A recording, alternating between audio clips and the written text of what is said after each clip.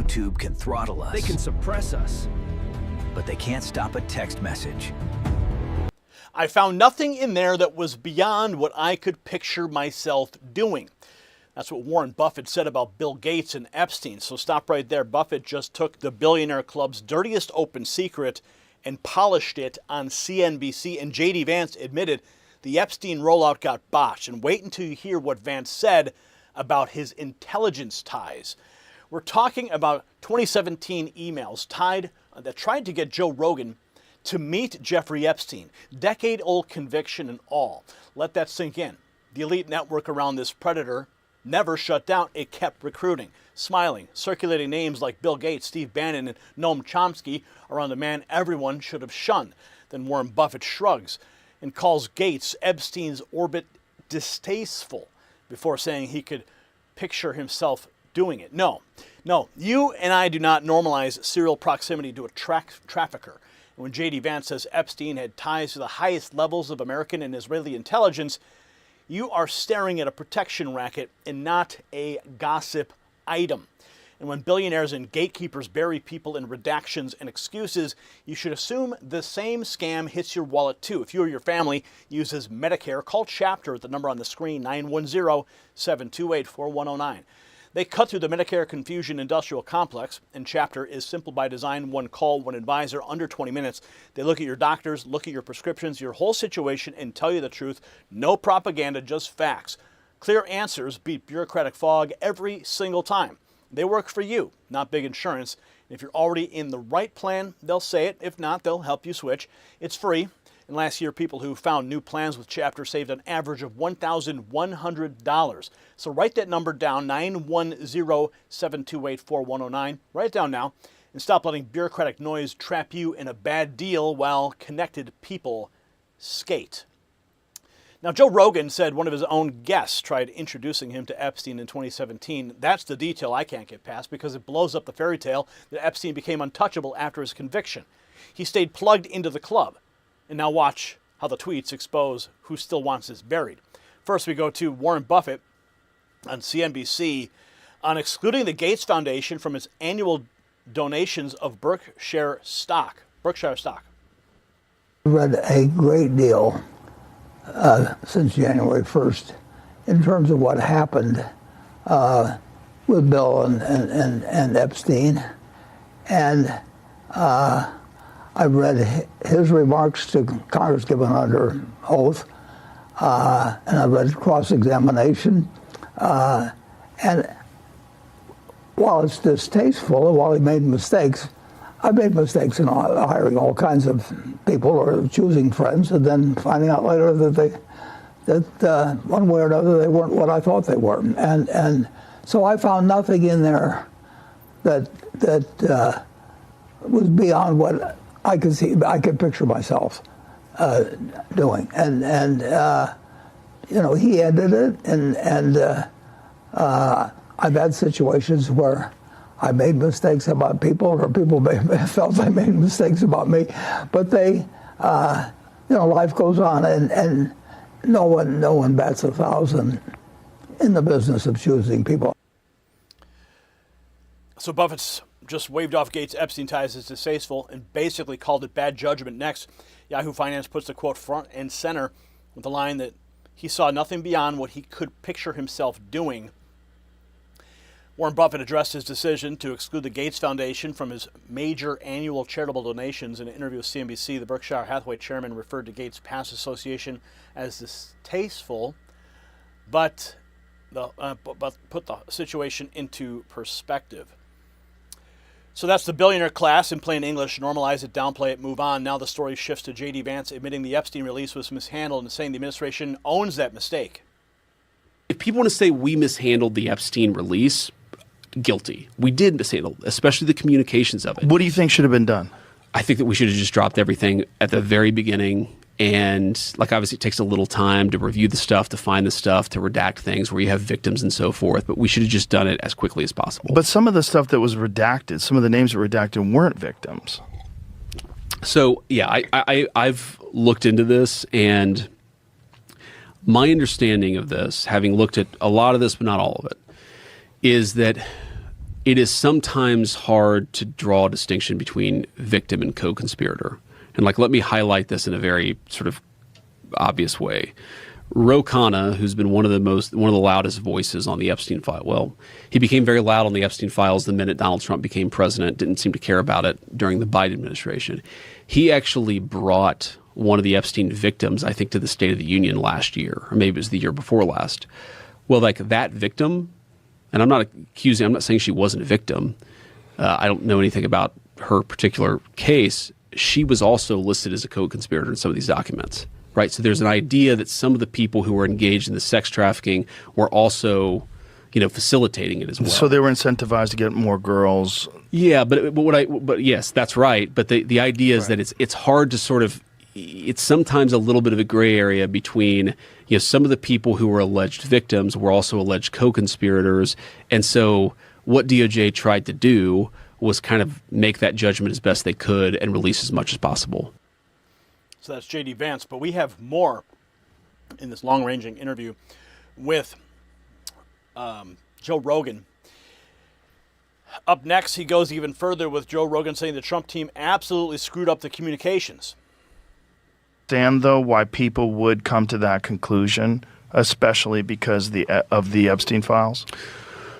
What do you mean? Well, the Epstein files were supposed to be released, and there was a tremendous amount of resistance to those files being released, and that concerned a lot of people. Because if you're talking about very wealthy, powerful people that were engaged in crimes, I see. So you're basically saying like the fear is that whatever's in the Epstein files was used to blackmail like the administration into doing the Iran thing. Or at the very least, the people that were involved in the Epstein files that didn't want them coming out had undue influence. Well, again, like, say this with all candor, like, we absolutely screwed up the comms of the Epstein files, like we just did. But do I think the reason we screwed up the comms is because we were trying to hide something? No. I think the reason we screwed up the comms of the Epstein files is one, Pam Bondi said the client list is on my desk, right? Well, they had binders. They were standing in front. But those binders were largely documents that had already been released, right? So let me try to what was the defend. purpose of that performative display of the Epstein files? And she was saying there's tens of thousands of hours of film. I don't know what the purpose of it was, but I know that the effect of it was to make people mistrust the entire effort. And what I think was happening, look, I know Pam, I like Pam, I don't think there was anything malicious going on. I think Pam was trying to respond to the political moment. I think she overstated what we had and what we didn't have. And I think that she, got roasted for it publicly by a lot of people, including me. Like, you and I have talked about this a lot. I'm like one of the OG Epstein conspiracy theorists. I've probably gone down every single rabbit hole. We could go down most of them today. So after the admission, Vance tries to draw a line. Bad comms, not a cover-up. Fox picks up the point next, focusing on his defense, Pam Bondi, and why he says the mess happened. Fox News says if people want to say we mishandled the Epstein release, guilty, we mishandled it, especially the communication. Vance making the stunning admission about the White House handling of the Epstein release, saying the Trump administration absolutely screwed up. So Fox highlighting Vance's claim that the problem was the rollout, not the hiding of the evidence. But in the next clip, he makes clear he still believes there's a real Epstein story that hasn't been fully exposed. There is a story there, and I will go to my deathbed believing there's a story there, but I can't prove it. And I promise you there's not some document that at least I'm hiding that allows us to prove exactly what was going on and how. He was also trying to get scientists, and this is one of the reasons supposedly 100%. why he got that ranch in New Mexico. So that's a key tension. Vance says it's no secret document being hidden, but he still believes the truth is out there. Next, he gets more specific and points to Epstein's link to American and Israeli intelligence. Clearly had connections to the highest levels of American intelligence. He clearly had connections to the highest levels of Israeli intelligence. In fact, one of the interesting things the Epstein saga reveals about, and I try to make this point, is one of the reasons why I'm always careful And I say there are some elements within the Israeli government who don't like our peace process, because there are a lot of elements within the Israeli government that actually do like our peace process. They recognize that this indefinite campaign is not good for them either. And the Epstein thing is interesting because as much as I know, Prime Minister Netanyahu, not a particularly popular person in the United States of America right now, Epstein seemed to be connected to the elements of the Israeli deep state that were left of center. Like, I've always found that fascinating. It wasn't like he was super connected to the right of center of Israeli politics. America, he was connected across. So Vance raises intelligence connections. The obvious question.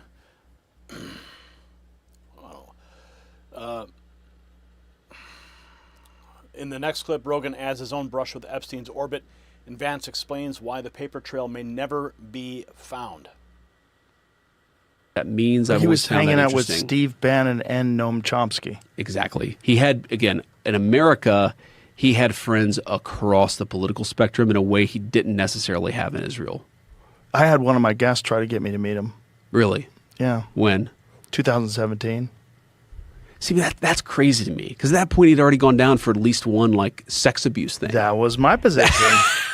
I'll show you the emails. Okay. They're kind of funny. Which I guest? actually read them on stage. You want to say? Okay, fine. People can find it. Yeah. I don't want to have the guy's already ruined. Sure. But dude, it's. I Googled it and I'm like, what the fuck are you talking about?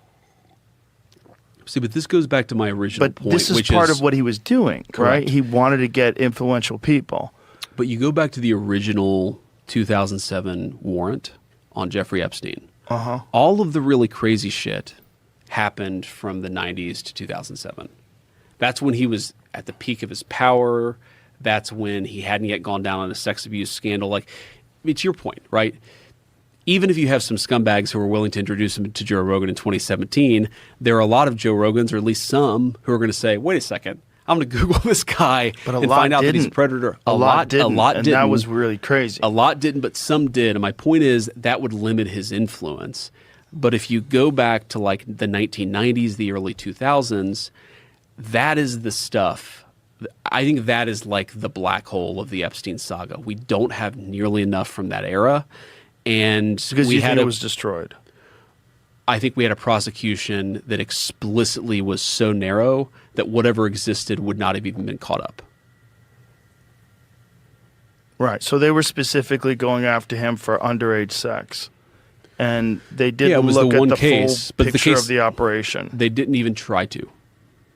Well, that was one of the things about the prosecutor was told that he was above their pay grade. I mean, it was one of the things that he said. He was like CIA or something. Yeah. Right? He said, I was told he was intelligence. That's right. And yes, I've asked were there documents connecting Jeffrey Epstein directly to our intelligence agencies or anybody else's? And the answer is no. But if that shit existed, it wouldn't exist in 2026. What is it? We absolutely screwed up the comms on the Epstein files. JD Vance told Joe Rogan, good. He said it flat, and I respect that because almost nobody in Washington ever admits the fumble on camera, but don't miss the bigger hit landing at the same time. Vance also said Epstein clearly had connections to the highest levels of American intelligence and the highest levels of Israeli intelligence. So read that again. Intelligence ties on one side, and on the other side, Warren Buffett laundering Bill Gates' Epstein relationship as a distasteful mistake, and then saying, I found nothing in there that was beyond what I could picture myself doing.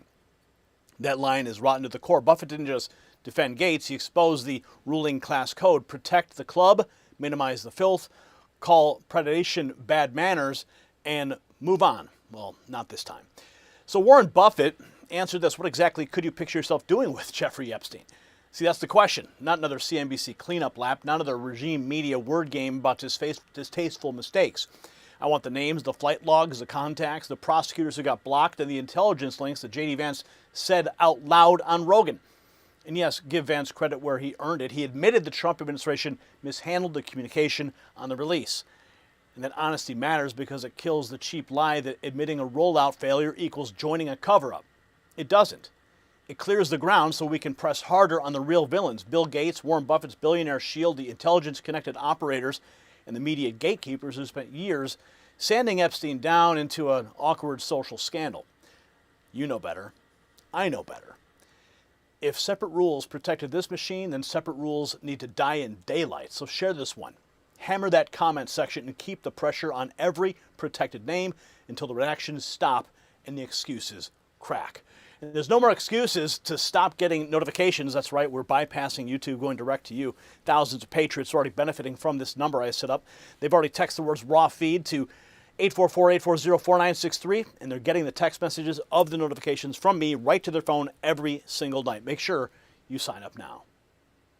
The system controls information. Information control is power. They don't want you to see this. The truth only survives together. They don't want this shared. Share this now.